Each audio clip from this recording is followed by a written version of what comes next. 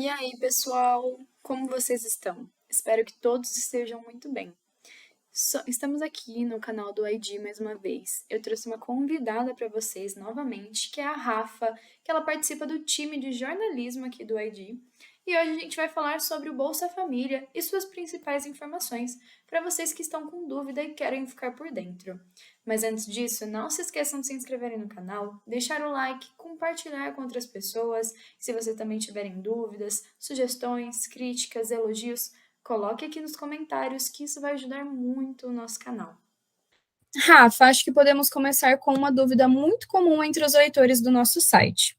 O que muda no Bolsa Família em 2023? Então, Mari, como a gente já sabe, o Bolsa Família é um programa social, né, de transferência de renda indireta e direta, que é destinado às famílias em situação de pobreza e de extrema pobreza no Brasil. Ele foi criado em 2003 e foi convertido em lei em 2004, e aí em 2021 ele passou a ser chamado de Auxílio Brasil. Mas aí já tem a primeira mudança, porque agora em 2023 ele voltou a ser chamado de Bolsa Família. Então, a partir desse ano, ele deve continuar com o valor mínimo de R$ 600, então cada família recebe pelo menos esse valor de R$ 600. E aí, a única coisa que mudou por enquanto foi o nome mesmo, que voltou para esse nome que já era desde que ele foi criado.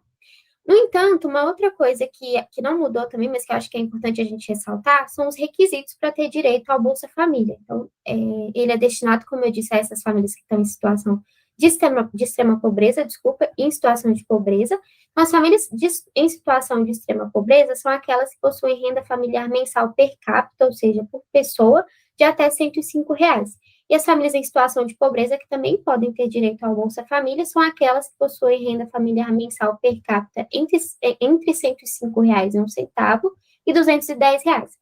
Então, a gente já viu que isso não muda, né? Tanto o valor mínimo quanto os requisitos, né, para as pessoas terem acesso a esse benefício.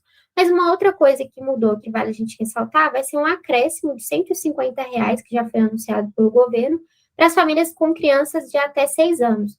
Então, esse anúncio foi feito no início de janeiro pelo ministro do Ministério do Desenvolvimento e Assistência Social, Família e Combate à Fome, que também é chamado de MDS, só que esse pagamento deve começar só no mês que vem, em março.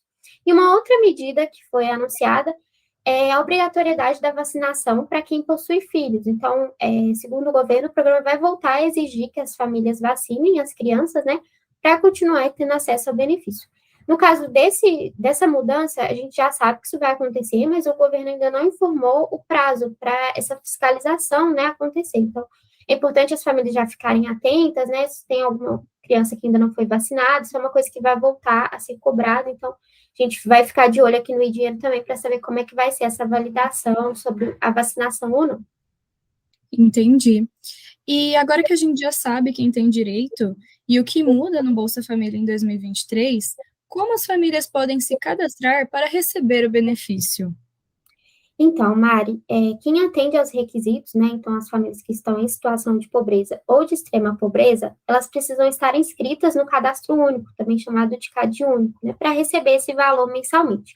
O cadastro ele pode ser realizado nas unidades do CRAS, que é o Centro de Referência de Assistência Social, e está disponível, né, nas cidades de todo o Brasil. E aí, para a pessoa saber qual que é o CRAS mais próximo da residência, ela precisa acessar o site Mapas Estratégicos para Políticas de Cidadania, também conhecido como MOPS. A gente vai deixar o link aqui na descrição, e lá no iDinheiro também tem conteúdo sobre como acessar, né, o site do MOPS e encontrar o CRAS, e aqui no canal também tem vídeo, né, sobre como encontrar o CRAS.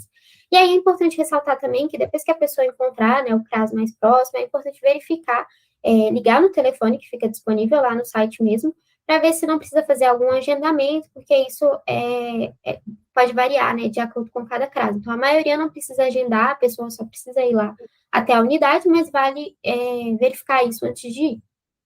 Entendi. E quais são os documentos necessários para fazer o cadastro no CRAS para receber o Bolsa Família?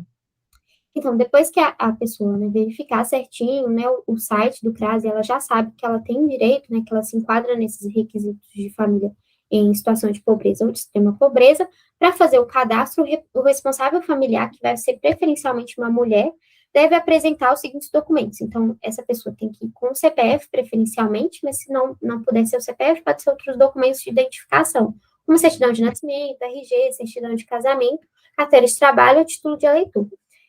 Quem possui família quilombola também são esses documentos. Já no caso de quem possui uma família indígena, né, o responsável por essa família indígena precisa levar o CPF ou o título de eleitor, mas também pode levar o RANI, que é o Registro Administrativo de Nascimento Indígena, ou os outros documentos de identificação também, como a certidão de casamento, carteira de identidade e a carteira de trabalho.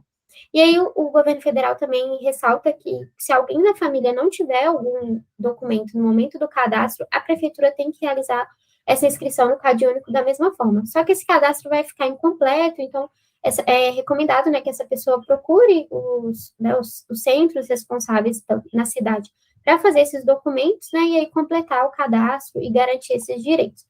E aí, além desses documentos que são obrigatórios, né, esses documentos de identificação, essa pessoa também pode levar outros documentos que ajudam no cadastro da família. Então, um comprovante de endereço, preferencialmente a conta de energia. Para quem tem filhos, é importante levar o comprovante de matrícula das crianças ou dos jovens de até 17 anos, e aí, se não tiver o comprovante, porque a escola está fechada, algum outro problema, pode levar o nome da escola de cada criança ou jovem que pertence àquele núcleo familiar. Também é importante levar a carteira de trabalho, né, os documentos dos demais membros da família, então CPF, RG e carteira de trabalho dessas outras pessoas. E aí, levando esses documentos, né, é realizada uma entrevista que dura em média 1 hora, e aí a pessoa responsável por conduzir a entrevista, né, normalmente um assistente social, vai fazer algumas perguntas sobre o contexto socioeconômico da família. Então, vai precisar informar, em média, os gastos com alimentação, com água, luz, internet. Para quem não tem nenhum vínculo na carteira de trabalho nesse momento, eles perguntam, né, por exemplo, qual foi o rendimento no mês anterior, né, de todas as pessoas da família. Então, é mais um questionário socioeconômico para saber ali, se essa pessoa, se essa família, né, se enquadra nesse requisito de família em situação de pobreza ou de extrema pobreza. E aí, depois desse cadastro, a pessoa assina, né, um documento que valida que ela fala todas aquelas informações, né, e declara que essas informações são verídicas, e também recebe uma folha que já consta o número do NIS, que vai ser importante para a pessoa depois ter acesso à Bolsa Família, ao Auxílio Gás e outros benefícios que também precisam do Cade Único.